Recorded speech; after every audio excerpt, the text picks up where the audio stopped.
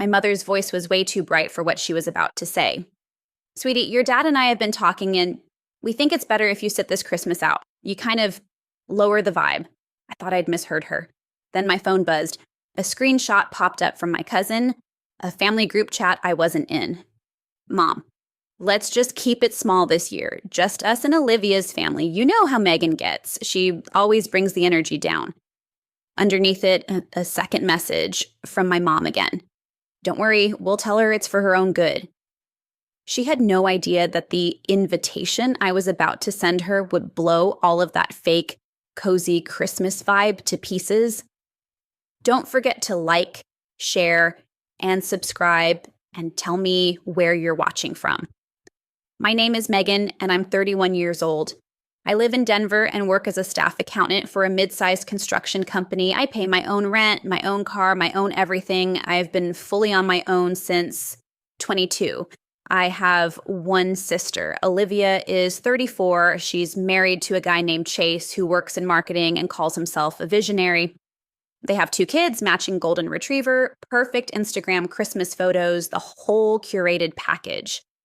Growing up, Olivia was the sun our whole house spun around. She was the dancer, the honor student, the one with the big future. I was the smart one, said in that weird way people use when they don't really see you at all.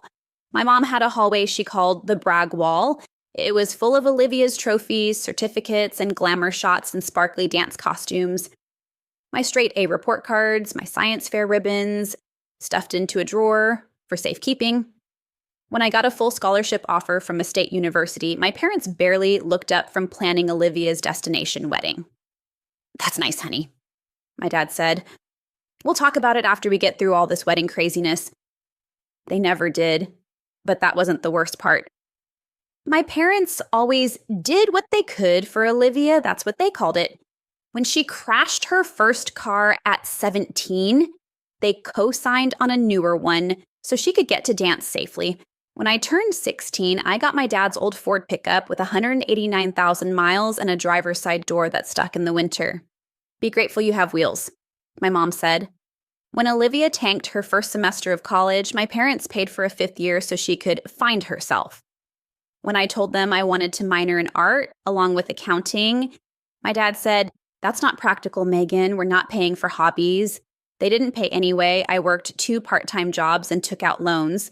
Still, I told myself it was fine. I'd be okay. I always was, but the truth hadn't even started revealing itself yet. 2 years ago, things got more serious. My dad had a mild stroke. It scared all of us. I took unpaid time off work, drove down to Colorado Springs, and stayed 3 weeks to help cooking, sorting medications, driving my mom to the hospital. Olivia came in for the first weekend, took a few selfies in Dad's room, posted a long "Family is everything" caption on Instagram, and then went back home because her kids needed their routine. One night, when Dad was finally home and resting, I was at the kitchen table with Mom. She was tired, softer than usual. "We really need to get our ducks in a row," she said. "Estate stuff, wills, the cabin." The cabin, my grandparents' old place in the mountains, about an hour from Denver. It's where every childhood Christmas happened, the place that actually felt like home. "Grandma left that to both of you, right?" I asked. "You said it'd be split between me and Olivia someday." "Of course," Mom said quickly. 50-50. Fair is fair. She patted my hand. "For once," she added with a little laugh. It stung, but I let it go. I didn't know then. That conversation was the first lie in a chain that would end with me sending my entire family an invitation they'd never forget. After Dad's stroke, I stopped by more often. I'd stock their freezer with food, help with bills, sit with my dad while he complained about daytime TV. Olivia would show up for holidays, arms full of gifts, kids running in like a commercial. Everyone would light up when they saw her. I'd be in the kitchen basting a turkey while my mom whispered, "We're so blessed Olivia lives close enough to visit." I lived 40 minutes away, but I wasn't the kind of clothes they cared about. Still, I kept showing up because that's what you do for family. At least that's what I thought. Last Christmas, everything felt a little off. Mom was weirdly tense about planning. She kept saying, "We'll let you know about the cabin," whenever I asked what the plan was. I figured it was about Dad's health. I didn't push. Big mistake. The Christmas I got uninvited started with an email. Subject line, Christmas at the cabin. It came at 7:12 a.m. on a Monday, but it wasn't from my mom, it was my cousin Bree. She'd forwarded something with no comment. Attached was a screenshot of a group email between my parents, Olivia, and several aunts and uncles. Mom, we've decided this year will just be nuclear family at the cabin. Us, Olivia, and Chase, and the boys. Megan tends to lower the vibe lately. We love her, but she's intense. We don't want drama this year. Under that, my Aunt Lisa had replied, "Are you really not inviting Megan? That doesn't seem right." Mom, we're doing what's best for everyone. She always brings heavy energy and money talk. It's Christmas, not a therapy session. I just stared at it, read it twice, 3 times. Heavy energy and money talk, they meant the times I had asked about my student loans, or when I'd quietly mentioned paying my own medical bills after a car accident with no help. Apparently, being honest about my life lowered the vibe. An hour later, my mom called and gave me the speech, the one I told you about at the beginning. "We think it's better if you sit this one out. You've seemed stressed. We don't want any tension this year." I didn't argue, didn't cry, didn't defend myself. "Okay," I said. "If that's how you feel." She sounded surprised. "Don't be mad, Megan. We'll do something just us in January, okay?" "Sure," I said, "in January." I hung up, and something in me went very, very quiet. Not broken, just done. For a couple of days, I floated between anger and numbness. David, my boyfriend, watched me pace our apartment. "You okay?" he asked finally. "No," I said, but also, "Yes." He waited. "I'm not surprised," I admitted. It just finally got said out loud. "They've been picking Olivia over me my whole life. Now it's just official." He nodded. "What are you going to do?" "I don't know yet," I said, "but I'm not going to beg to be included."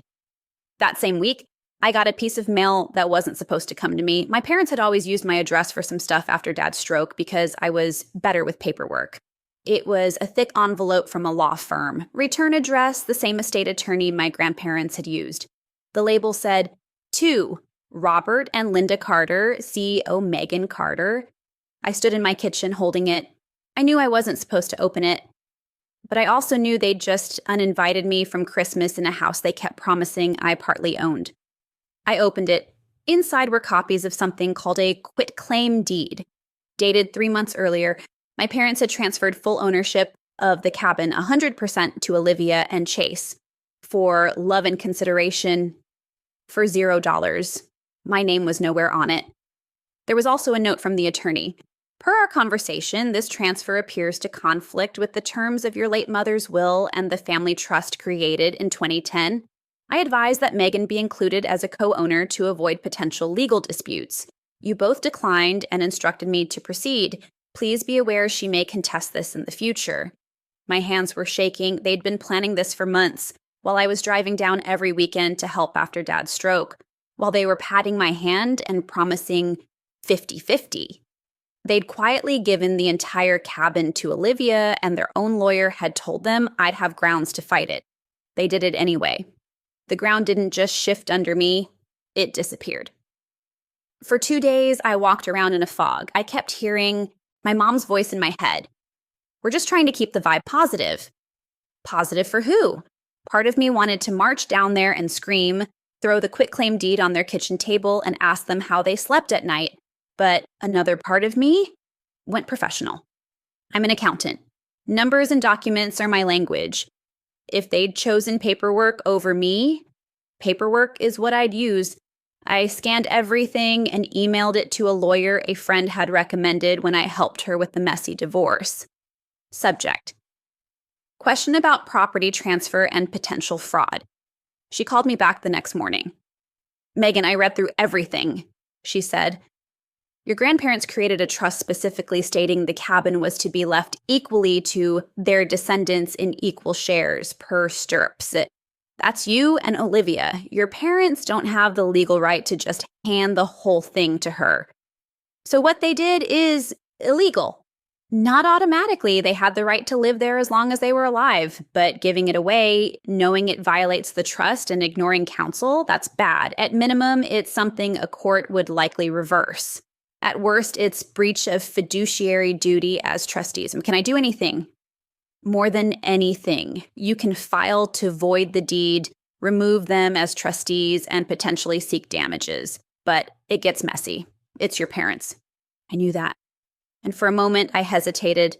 I thought about walking away, about letting them have the cabin and just cutting contact. Then I heard my mom's words again. Megan tends to lower the vibe. I pictured my grandparents, Grandpa teaching me to make hot chocolate on that ancient gas stove at the cabin, Grandma telling me, "This place will be yours, girls, someday, equally, promise."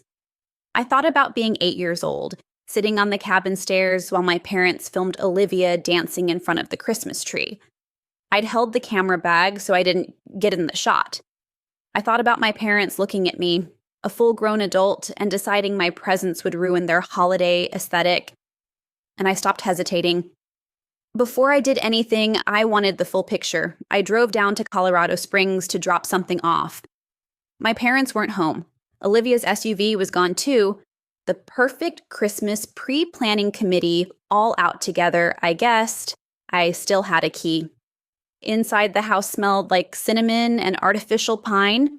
My mom had already started decorating. The cabin key, the one she kept hanging on a little hook shaped like a moose, was gone.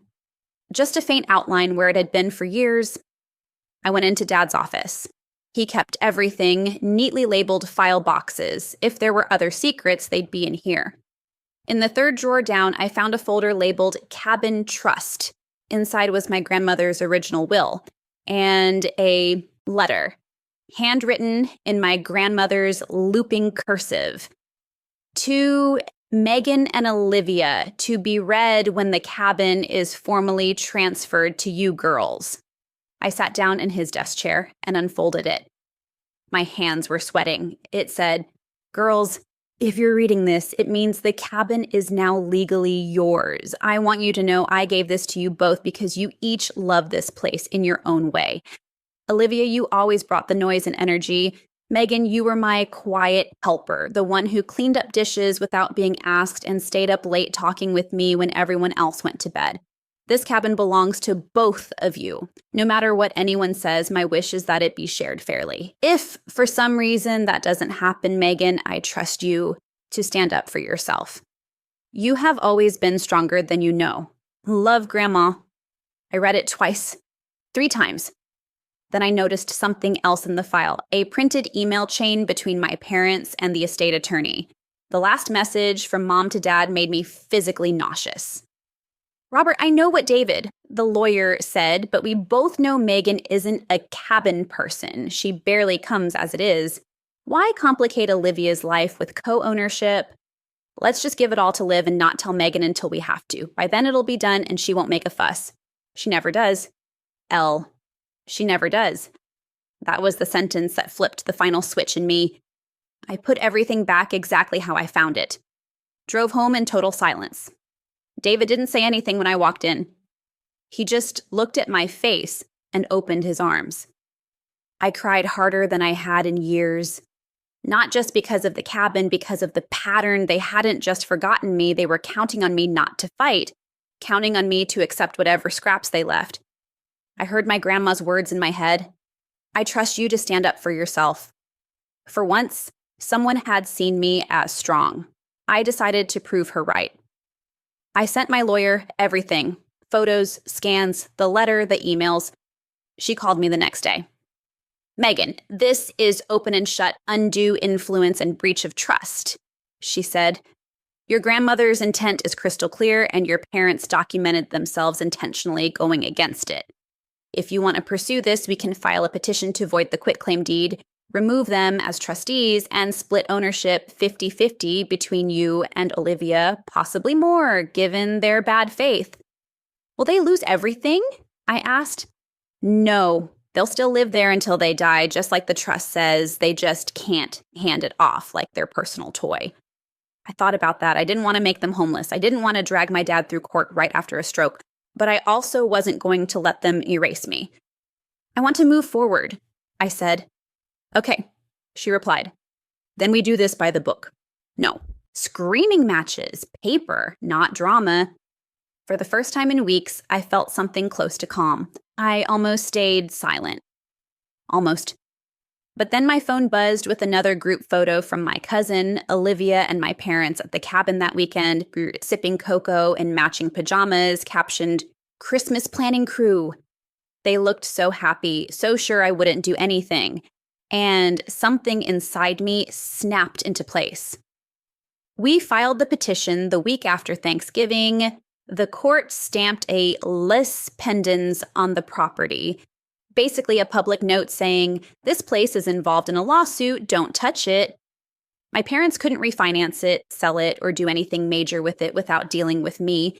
They were officially served 2 weeks before Christmas on a Tuesday at 6:45 p.m., right in the middle of their dinner. My phone rang at 6:51. It was my mom. "What did you do?"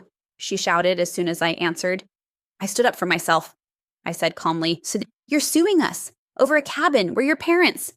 "You chose Olivia over me and violated Grandma's trust. This isn't just about a cabin." "We had to put it in Liv's name," she snapped. "She has kids. She needs stability. You're single. You rent. You can move anywhere. So instead of talking to me, you just gave everything to her and hoped I'd never find out. We were going to tell you eventually." "When? When you died and I saw my name missing from the deed?" "You're being dramatic." "No," I said. "For once I'm not. I'm being factual. You broke the rules. Now there are consequences." There was a pause, then softer. "Megan, this is going to ruin Christmas." I actually laughed. "You uninvited me from Christmas, remember? You'll be fine." She tried a different angle. "We were under so much stress. Your father was sick. Olivia and the boys needed a place to land if something happened. We thought..." And there it was, the human crack. She was scared. She had been stressed. For a moment, I saw the woman who'd sat by my dad's hospital bed, eyes hollow, hands clenched around a styrofoam coffee cup. The woman who'd held my hand in the parking lot and whispered, "I don't know how to do this without him." For a moment, I almost backed down. Almost. But then I remembered them turning that fear into favoritism again, choosing Olivia's comfort over my existence. Again, using crisis as an excuse to cut me out. Again. "I get that you were scared," I said quietly, "but you hurt me on purpose. You lied to me and you counted on me not to fight back. I'm done playing that role." She started crying.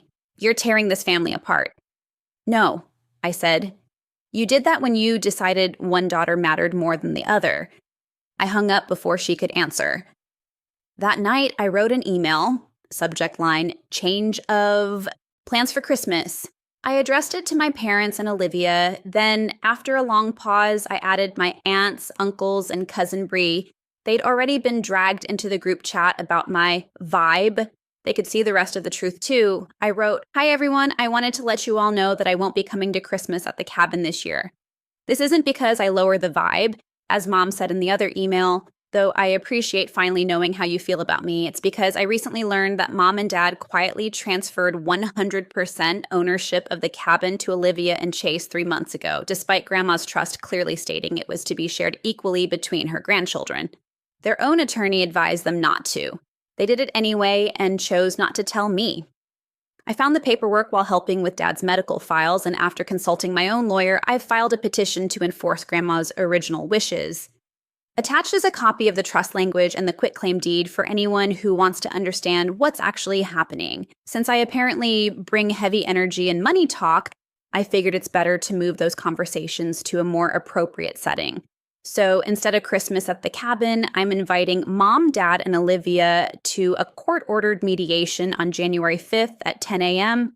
at the Jefferson County Courthouse. I think that's the kind of family gathering we actually need. Merry Christmas, Megan. I hovered over the send button. My heart was pounding, then I clicked. That was the invitation they never expected. The fallout was immediate. My phone buzzed nonstop. "Aunt Lisa, Megan, I'm so sorry. I had no idea." Uncle Mark, your grandma would be furious. Good for you for standing up. Cousin Bree, I only sent you the screenshot because I was mad about the Christmas thing. I didn't know about the cabin. I'm on your side. Olivia didn't text me. She called. Megan, what the hell? She snapped as soon as I picked up. You okay? I asked mildly. You CC'd the entire family on a legal situation. You made Mom and Dad look like monsters. They did that themselves, I said. I just attached the receipts. You're blowing this way out of proportion. It's just easier if the cabin's in our name. We live closer, we have kids, you barely come as it is. I barely come because every time I'm there, I get treated like an extra in the Olivia show. That's not fair. You pushed me out of Christmas in my own grandparents' house and told everyone I lower the vibe. How is that fair? There was a long silence. When Olivia spoke again, her voice was quieter. I didn't say that, she muttered. Mom did. But you didn't disagree. I didn't think about it. Must be nice, I said, to never have to think about how your actions affect anyone else. She exhaled sharply. Look, I'm not giving you half the cabin. It'll ruin everything. We were planning to renovate, maybe Airbnb it, use the equity. Yeah, I said. I saw the emails about that too. Silence again. You went through Dad's office? She demanded. I was looking for his medical paperwork. The trust file was right there. You're not the only one who knows how to read. For the first time in a long time, Olivia didn't have a quick comeback. Finally, she said, You're really doing this? Yes. This is going to destroy Mom. No, I said softly. What destroyed her was choosing your comfort over her other daughter's dignity. I'm just making sure I'm not the only one paying the price. She hung up. The week before Christmas was weird. My parents didn't call. Olivia didn't post her usual countdown to cabin content. A few relatives quietly messaged me, checking in. I don't know what your parents were thinking, Aunt Lisa wrote. Your grandmother was very clear. I was there when she signed the papers. I'll testify if you need me. On Christmas Eve, I did something I'd never done before. I didn't refresh my phone waiting for a guilt text or a pity invite. I didn't drive up to the cabin hoping they'd come to their senses. Instead, David and I volunteered at a community center downtown, serving dinner to families who had nowhere else to go. A little girl with messy braids and a sparkly shirt told me, You're really nice. You kind of remind me of my aunt. Is that a good thing? I asked. She nodded solemnly. She always listens to me. After the shift, David and I went home, made grilled cheese sandwiches, and watched dumb Christmas movies. My phone stayed silent. The quiet felt strange and like freedom. Mediation day came fast, January 5th. We met in a bland conference room at the courthouse, me and my lawyer on one side, my parents, Olivia, and their attorney on the other. My dad looked smaller, older. My mom looked like she hadn't slept. Olivia looked annoyed. The mediator, a middle-aged woman with kind eyes, laid out the rules. No interrupting, no shouting, everything stays confidential if we settle here.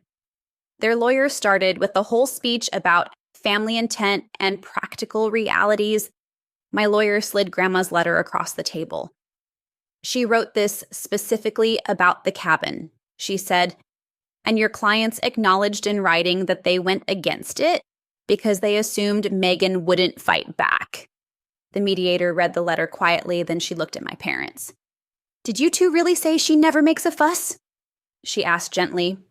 My mom's cheeks flushed. My dad stared at the table.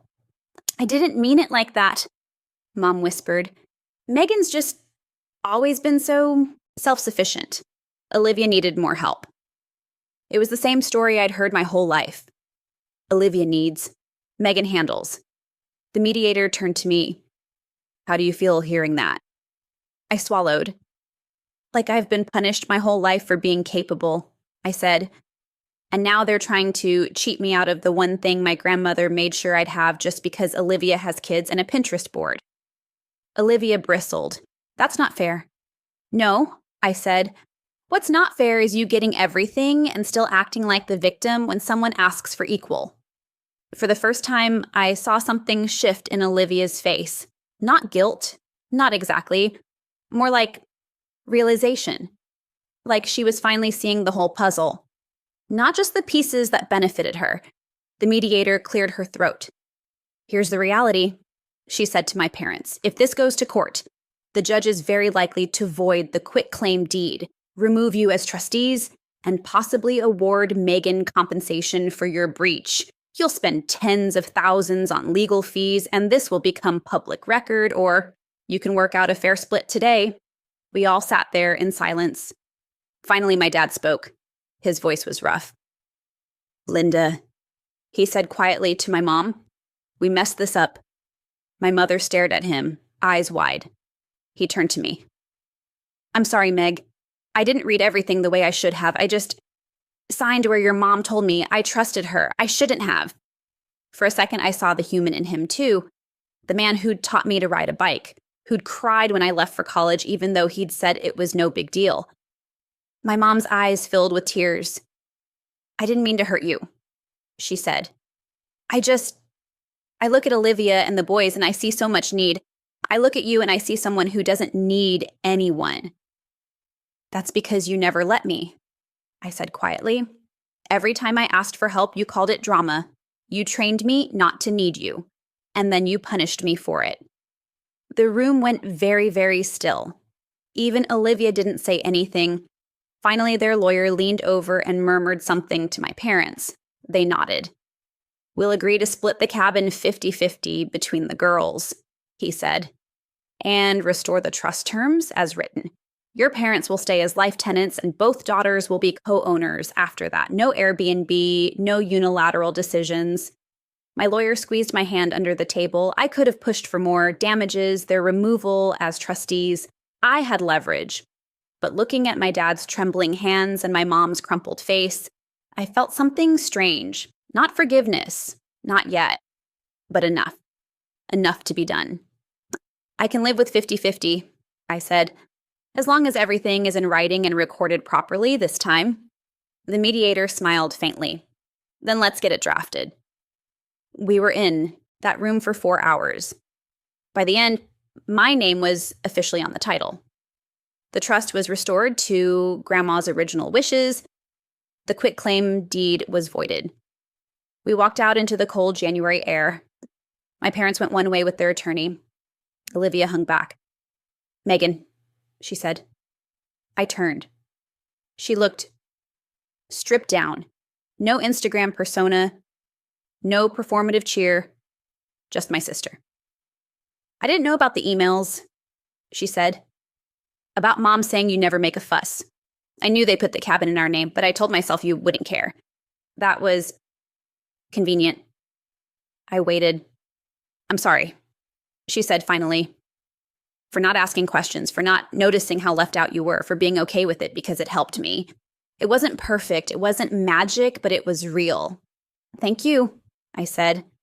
We stood there for a second in the parking lot, our breath in little clouds. "Do you think you'll ever come back to Christmas at the cabin?" she asked. I thought about it. "I don't know," I said honestly. "If I do, it'll be because I want to, not because I'm scared of losing my place there." She nodded. "That's fair." We went our separate ways. This past Christmas, I didn't go to the cabin. My parents went. Olivia and her family went. They sent a group photo, all of them in front of the fireplace. Olivia's boys holding mugs of cocoa. There was an empty chair in the corner. My chair, they didn't say anything about it. They didn't ask me to come. For once, I didn't feel like I had to. Instead, I hosted my own Christmas in my Denver apartment. Just me, David, a few friends who also had complicated families, and a ridiculous amount of food. We played board games, we watched Die Hard, and argued about whether it was really a Christmas movie. At one point, my phone buzzed, a text from my mom. "Thinking of you today. Hope you're having a good Christmas. Love, Mom." I stared at it for a minute. Then I put my phone face down and went back to the game. Later, when the dishes were done and everyone had gone home, I pulled out Grandma's letter again. The one about the cabin, the one where she'd written, "You have always been stronger than you know." I believed her now, not because of the lawsuit, not because my name was finally on a piece of paper, but because for the first time, I hadn't chased my family's approval. I hadn't shrunk myself to keep the vibe high. I'd told the truth, set a boundary, and let the pieces fall where they needed to. My parents said I shouldn't come to Christmas because I lower the vibe, so I sent them an invitation to something else, a room where lies don't work, documents matter, and everyone has to look at what they've actually done. I didn't win because I got half a cabin. I won because I stopped letting them decide my worth, and I walked away. This time, I didn't apologize.